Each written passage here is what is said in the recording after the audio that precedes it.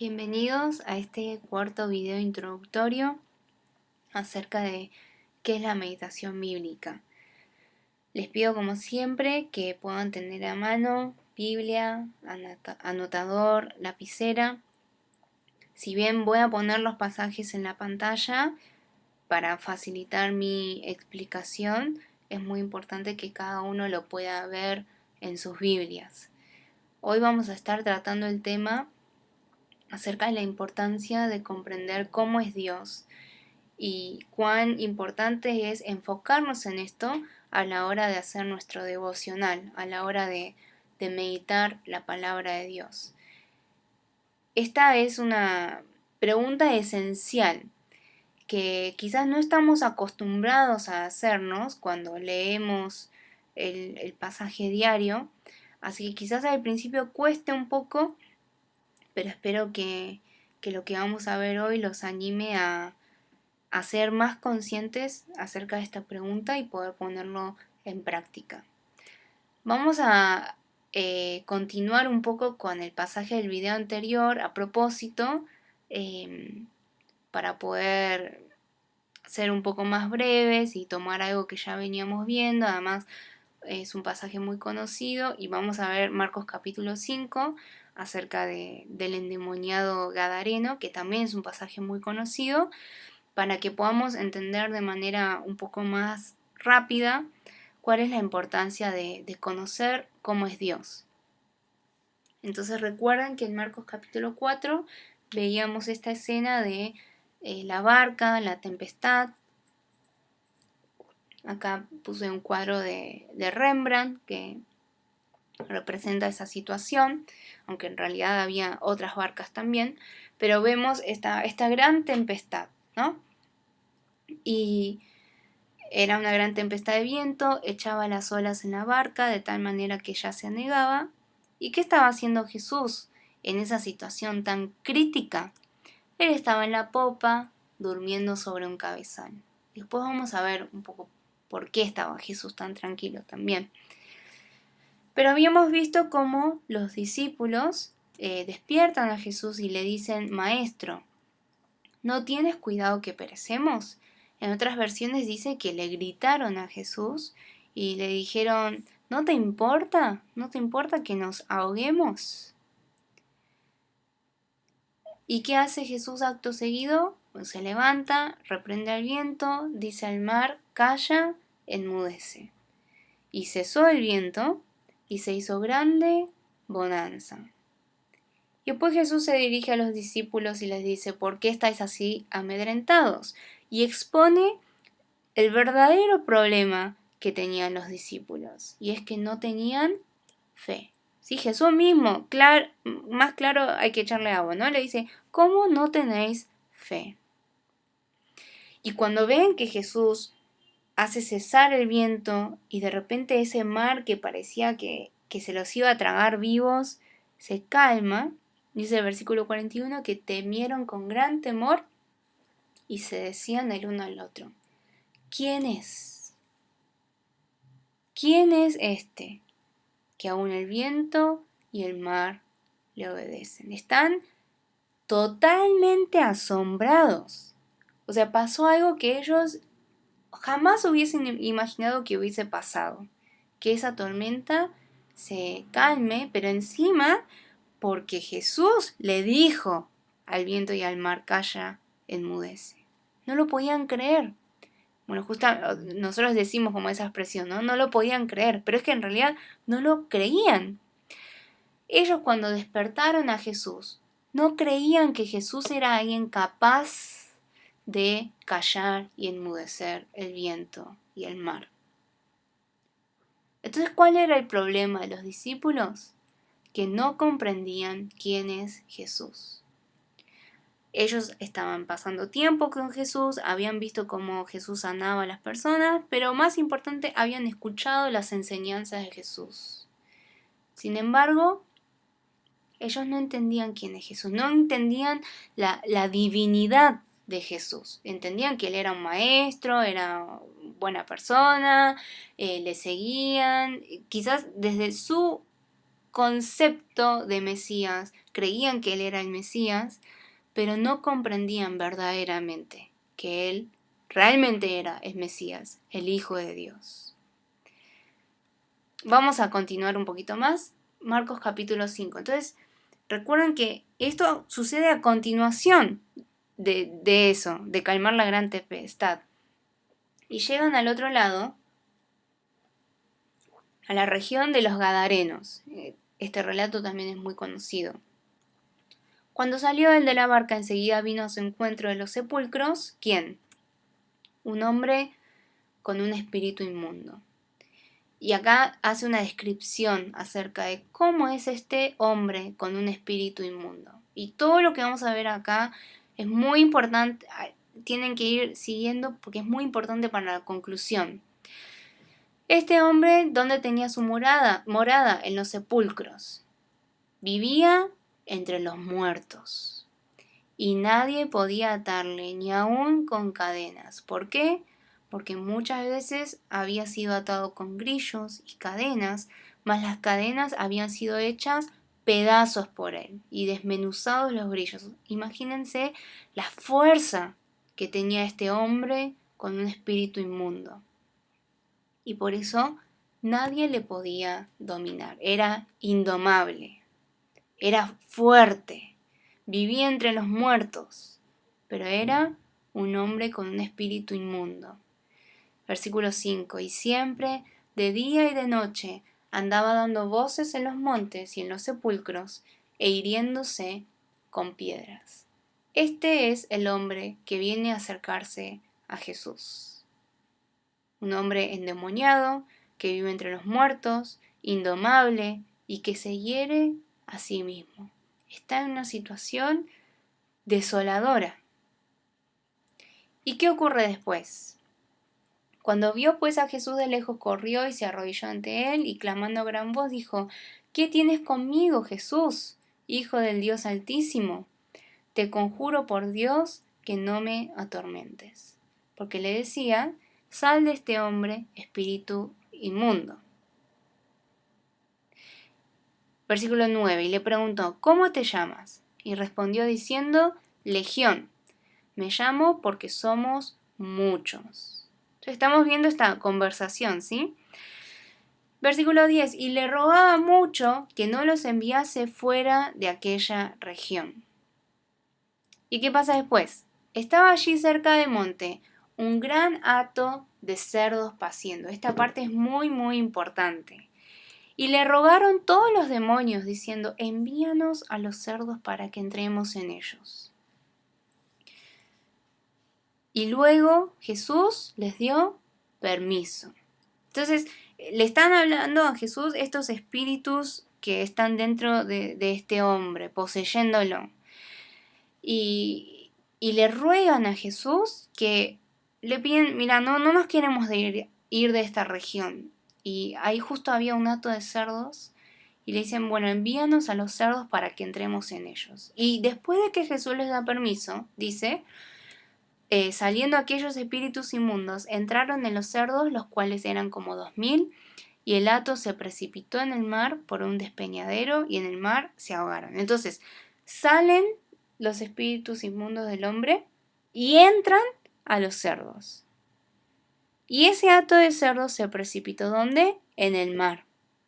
En el mar, recuerden el contexto, en el mar. ¿Y qué pasa en el mar? En el mar se ahogaron. ¿Qué había pasado antes de llegar a esta región? La tempestad. El miedo que tenían los discípulos, ¿de qué? De ahogarse. De ahogarse en el mar. Que es exactamente lo que le está pasando a ese hato de cerdos que ahora está con los espíritus inmundos, que llevan a los cerdos, se precipitan en el mar y en el mar se ahogan. Entonces, claramente, esto viene después del capítulo 4. Hay una relación muy importante. Y también para ayudarnos a entenderlo un poco más, en realidad ya con este pasaje sería entendible, pero un poquito más, ¿sí? Vamos a ir a Isaías capítulo 27, versículo 1. Ahí dice: En aquel día Jehová castigará con su espada dura, grande y fuerte al leviatán, serpiente veloz, y al leviatán, serpiente tortuosa, y matará al dragón que está, ¿dónde? En el mar. Tendríamos que buscar muchos otros pasajes para que se vuelva más claro o incluso entender bien qué es lo que ocurre en el libro de Isaías, por lo menos hasta el capítulo 27, pero eso nos llevaría mucho tiempo. Pero tenemos que entender que para los hebreos, simbólicamente, el mar representaba el dominio de Satanás. Eso se puede ver en los Salmos también. Y acá en Isaías, en el contexto de Isaías, entendemos que está hablando del juicio final, está hablando del castigo a los enemigos, pero que todo, a fin de cuentas, torna a cómo el Mesías iba a venir a pisar la cabeza de Satanás y a tener victoria sobre el enemigo. Entonces, desde la perspectiva del Antiguo Testamento, el mar simboliza el dominio de Satanás. El mar simboliza el dominio de Satanás. Entonces, volvamos. Tenemos esta escena, en la barca están los discípulos, y en la barca también está ¿quién? Está Jesús con ellos. Y también tenemos la situación, el mar, que ¿en qué estado está? En una gran tempestad. Y acá empecemos a prestar atención a los colores que estoy poniendo a propósito. El azul simboliza esa desolación, ese caos, esa gran tempestad, esa desesperación, ese sentir que nos estamos por morir, que nos vamos a ahogar. Y por eso los discípulos despiertan a Jesús y le dicen, ¿no te importa que nos ahoguemos? Esa es la condición en la cual estamos sin Jesús. Esa es la condición en la cual estamos. Pero Jesús llega a nuestras vidas. Jesús está en esa barca con los discípulos. ¿Y qué hace? Se levanta y reprende al viento y al mar. Y con esta flecha, ¿sí?, simbolizo con lo que Jesús dice. Entonces, Jesús se levanta y cuando Jesús habla al mar, ¿qué pasa con ese mar que estaba en una gran tempestad? Cambia y se hace grande bonanza, ahora en rosa. Entonces, entendiendo un poquito más esto de Isaías capítulo 27 y qué es lo que simbólicamente representaba el mar desde el Antiguo Testamento, en esa escena de Marcos capítulo 4, Jesús, ¿qué es lo que está queriendo enseñar acerca de sí mismo? Jesús está diciendo, yo soy el Mesías, yo vengo a cumplir la promesa que Dios hizo en el Antiguo Testamento, yo vengo a destruir a Satanás para que ya no los gobierne más, para que ya no los oprima más. Yo vengo a ser el verdadero rey David, el renuevo justo, la descendencia de Judá, el cetro de Judá. Yo soy el niño que iban a nacer. ¿Se comprende? Entonces, Jesús no está simplemente calmando una tempestad. O como muchas veces se usa este pasaje para decir que Jesús soluciona nuestros problemas, soluciona nuestras crisis. Eso no es lo que el pasaje está queriendo decir. Está queriendo decir algo mucho más importante y más profundo. Y es que Jesús es el Mesías, Él es el Salvador. Él convierte esa gran tempestad, es decir, nuestra situación bajo la opresión de Satanás a causa de nuestro pecado, a través de Jesús, de su obra y sus palabras, lo convierte en grande bonanza. Y eso es exactamente lo que los discípulos todavía no entendían. Porque después de que se hace grande bonanza, dicen, ¿quién es este? ¿Quién es este que aún el viento y el mar le obedecen? Ahora volvamos a la situación del endemoniado, ¿sí? ¿Qué pasó después de que los cerdos se fueron al mar y se ahogaron? Imagínense si eso pasa en su barrio, en su familia. Un gran lío está ocurriendo. Versículo 14. los que apacentaban los cerdos huyeron. Los que tenían a cargo el cuidado de los cerdos huyeron y dieron aviso en la ciudad y en los campos. ¿Qué piensan que hubieron dicho? Veamos un poco más. Dice, y salieron a ver qué era aquello que había sucedido. Vienen a Jesús y ven al que había sido atormentado del demonio. ¿Y en qué situación está ahora? Dice que había tenido la legión, ahora está sentado, vestido y en su juicio cabal. Sentado, vestido y en su juicio cabal. Una imagen totalmente diferente, ¿no? ¿Qué ocurrió entre esa imagen de desolación y esta imagen tan tranquila, tan calma? ¿Qué ocurrió en el medio? Hubo un encuentro con Jesús. Jesús liberó a este hombre. Y ahora ya no es un endemoniado, sino que es al que había sido atormentado del demonio. Pero las personas, cuando vieron esta situación, tuvieron miedo. Y les contaron los que lo habían visto cómo le había acontecido de que había tenido el demonio y lo de los cerdos. Y comenzaron a rogarle que se fuera de sus contornos. Comenzaron a rogarle que se fuera de sus contornos. Ahora un ratito vamos a volver a eso. Pero pensemos en lo siguiente. Entonces, ¿cómo es Jesús? Jesús, a través de su obra y sus palabras, convierte la gran tempestad en grande bonanza. Ahora veámoslo, este mismo concepto, ¿sí?, de Jesús como Mesías, como el Salvador, en el ejemplo del endemoniado gadareno. ¿Sí? Acá está el endemoniado gadareno. ¿Cuál era su situación? Azul, a propósito, en azul. Esa situación de opresión, estando poseído, dice que tenía su morada en los sepulcros, nadie podía atarle ni dominarle, y daba voces y se hería con piedras. Esta es la situación en la que estaba. Pero aparece en escena Jesús. Y Jesús se encuentra con este endemoniado gadareno, le habla y echa a esos espíritus inmundos. Y cuando lo hace, ¿qué pasa? Cambia la situación. Ahora se lo llama el que había sido atormentado del demonio y ahora está sentado, vestido y en su juicio cabal. ¿Ven el paralelismo? ¿Ven lo que Jesús está queriendo enseñar? Y en contraposición, ¿qué pasó con esos cerdos a los cuales fueron todos los espíritus inmundos? Saliendo aquellos espíritus inmundos, entraron en los cerdos, los cuales eran como 2000, y el hato se precipitó en el mar por un despeñadero y en el mar se ahogaron. En el mar se ahogaron los cerdos que estaban con los espíritus inmundos. Se ahogaron. ¿Recuerdan a qué le tenían miedo los discípulos en medio de esa gran tempestad? Tenían miedo de ahogarse. Tenían miedo de ahogarse. Ahora, ¿por qué Jesús estaba durmiendo? ¿Y por qué después de calmar la tormenta les dice a los discípulos, ¿por qué estaban tan asustados? ¿Cómo no tienen fe? ¿Cómo no tienen fe?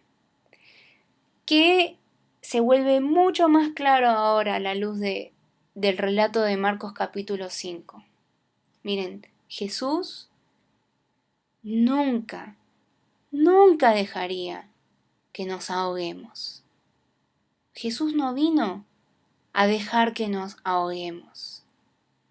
Ahora, ¿quién es el que se encarga durante toda su existencia de hacer que muramos, que nos ahoguemos, que vivamos en caos, en pecado, en desolación, que nos estemos hiriendo a nosotros mismos, que seamos indomables, fuertes, pero que estemos en esa situación? ¿Quién es el que se encarga, el que se va a encargar de que vayamos al mar y nos ahoguemos? Ese no es Jesús, es Satanás. Es Satanás el que ciertamente haría que que una persona se ahogue. Pero Jesús no. ¿Por qué? Porque Jesús es el Salvador. Jesús es el que vino a salvarnos de la opresión de Satanás y a darnos vida eterna, no muerte. Él vino a salvarnos de la muerte. Eso es lo que Jesús vino a hacer como el Mesías. Y eso es lo que los discípulos no entendían. Y se limitaban a pensar en que Jesús era un curandero. Era una persona que sanaba a las personas, que enseñaba cosas buenas, pero no terminaban de entender verdaderamente quién es Jesús. Y ese es el problema que nosotros también podemos tener hoy en día. Ese es el problema que tenían ellos, ¿sí? No comprendían quién es Jesús, a pesar de que pasaban tiempo con él. Y por eso, al no entender quién es, se preguntaban, ¿quién es este que aún el viento y el mar le obedecen? Bueno, entonces, ¿quién es Jesús? Jesús es aquel que vino al mundo para cumplir la promesa de Dios, como el Mesías. Efesios capítulo 2, ¿sí? Si lo tienen en sus Biblias, sería bueno que lo vean mientras ven la pantalla, porque no lo voy a poner en la pantalla. Efesios capítulo 2 dice que nosotros, ¿sí? Antes, la línea es como una línea del tiempo, antes estábamos muertos en nuestros delitos y pecados, y por eso lo voy a poner en azul otra vez.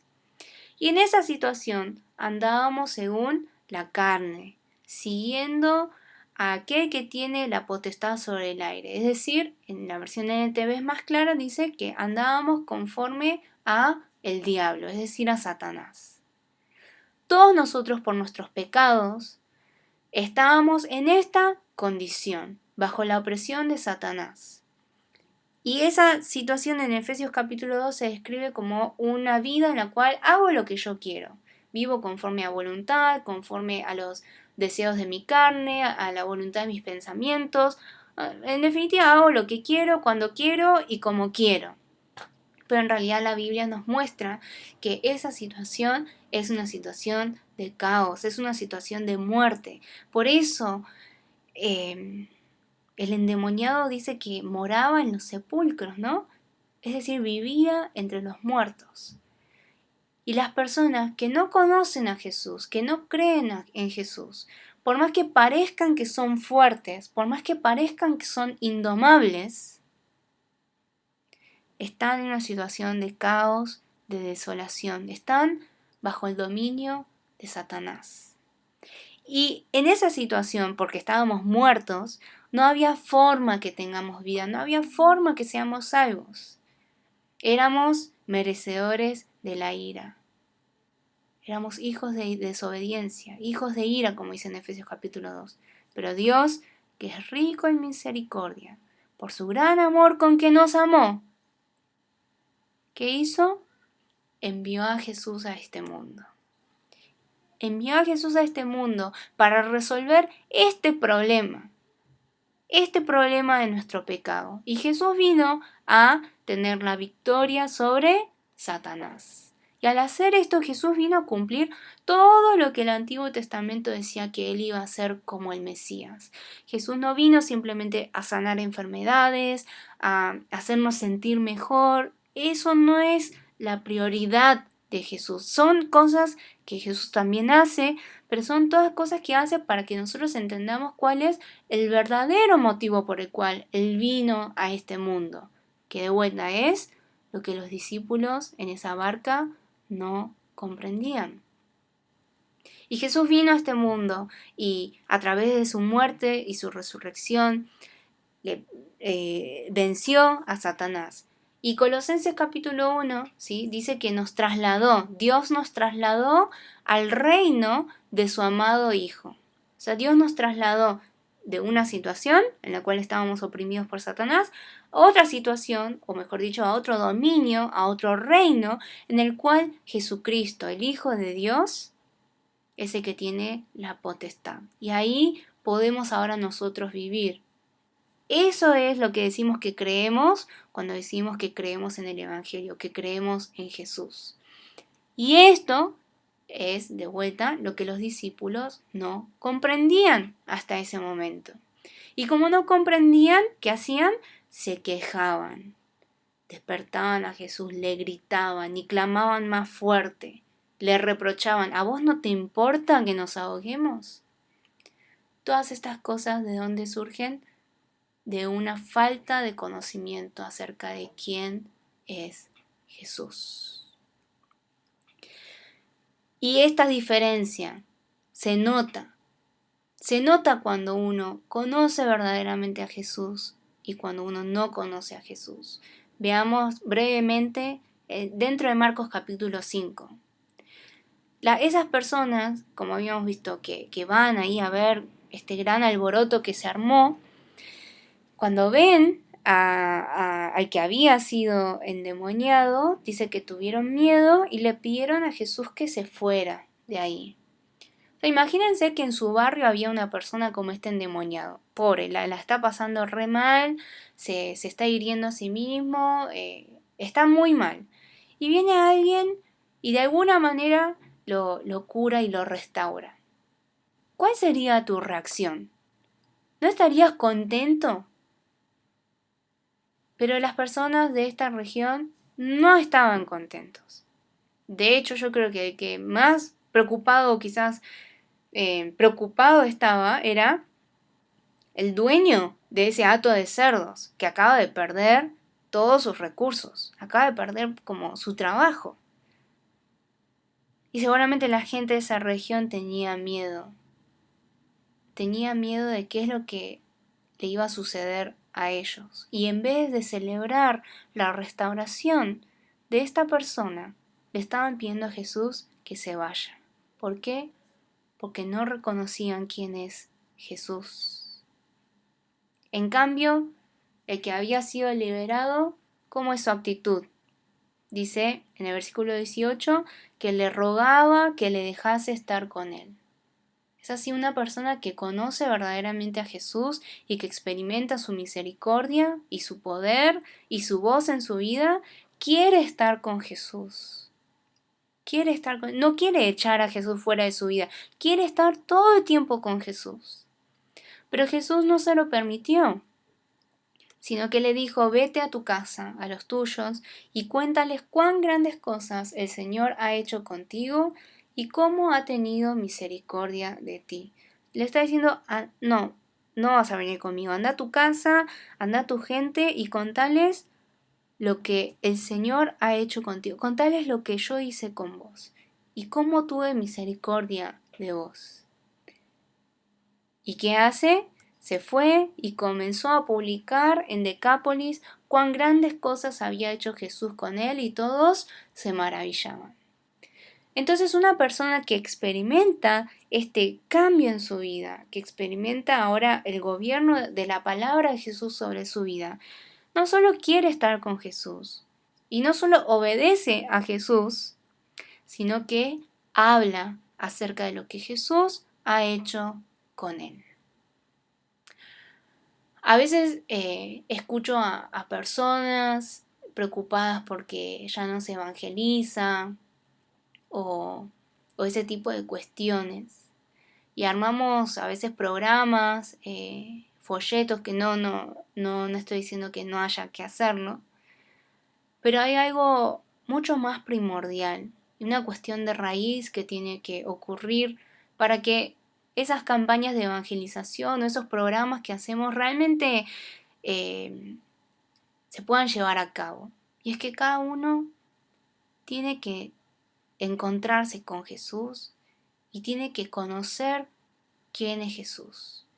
Porque si no experimentamos esta salvación, si no entendemos que éramos pecadores y que Jesús ahora me salva y gobierna mi vida, si no entendemos esta maravillosa obra, esta gran cosa que hizo el Señor con nosotros, ¿sobre qué le vamos a hablar a las personas? Si no tenemos una relación con Jesús, ¿cuántos cristianos hoy en día van a la iglesia y no quieren leer sus Biblias? Se aburren durante el sermón. No tienen ganas de de servir, no tienen ganas de estudiar la Biblia, no tienen ganas. ¿No será que el problema está en que no conocemos correctamente quién es Jesús? ¿No tenemos cosas de qué hablarle a los demás sobre Jesús porque no vivimos con Jesús? El versículo 21 dice, pasando otra vez Jesús en una barca a la otra orilla, se reunió alrededor de él una gran multitud y él estaba junto al mar. O sea, después de este suceso con el endemoniado, Jesús se va. Eso también nos quiere decir que la razón por la cual Jesús quería pasar a ese otro lado era exclusivamente para encontrarse con este endemoniado. Porque es lo único que hace y después se va. Miren cómo es Jesús, ¿no? Entonces, para ir concluyendo, ¿sí? Cuando estamos bajo el pecado o cuando no entendemos correctamente quién es Jesús, naturalmente van a haber quejas en nuestra vida o vamos a estar clamando y vociferando quizás confundidos, sin seguridad, sin una estabilidad emocional. O vamos a querer que Jesús se vaya de nuestro barrio, de nuestras familias, de nuestras vidas. En cambio, cuando entendemos realmente quién es Jesús, como el que había sido endemoniado, ¿cuál es la diferencia? Que entendemos que ahora somos salvos. Entendemos que hemos recibido la salvación por medio de Jesús, el Mesías. Es decir, que las personas que están bajo el gobierno de Jesús conocen verdaderamente quién es Jesucristo y por qué ha sido enviado al mundo. Conocen verdaderamente esta realidad. Entonces es por eso que es tan importante que nos enfoquemos conscientemente en buscar más saber cómo es Dios. Y es por eso que animamos y recomendamos que a la hora de meditar, lo primero que nos preguntemos es, bueno, ¿cómo es Dios? ¿Qué característica veo acerca de Dios Padre, o Dios Hijo, o Dios Espíritu Santo, o de los tres, o de los dos, o uno? ¿Cómo es Dios en este pasaje? Porque comprender correctamente quién es Dios está íntimamente ligado con nuestra salvación, está íntimamente ligado con nuestra vida de fe. Si no conocemos cómo es Dios, no vamos a poder disfrutar de nuestra salvación y no vamos a tener el fruto de la salvación, que no solamente es el querer estar con Jesús y el obedecer a Jesús, sino que es hablar a otros acerca de qué es lo que Jesús hace en mi vida. Y el problema es que, al igual que los discípulos, podemos estar teniendo a Jesús enfrente nuestro y aún así no saber que Él es el Hijo de Dios, no saber que Él ha sido enviado a este mundo para nuestra salvación y para finalmente su gloria. Nosotros también podemos haber ido años a la iglesia, haber leído muchas veces la Biblia, estar estudiando en el instituto, en el seminario, estar estudiando más que los demás sobre la Biblia y podemos tener enfrente nuestro de manera tan visible a Jesús y aún así no conocerlo. Es por eso que tenemos que rogarle al Señor en oración para que el Espíritu Santo nos revele quién es Él, nos revele acerca de Él, para que podamos verdaderamente conocerle y alabarle por quien Él es. Así que espero que puedan poner en práctica eso durante esta semana. Gracias por haberse quedado hasta aquí y nos vemos la próxima.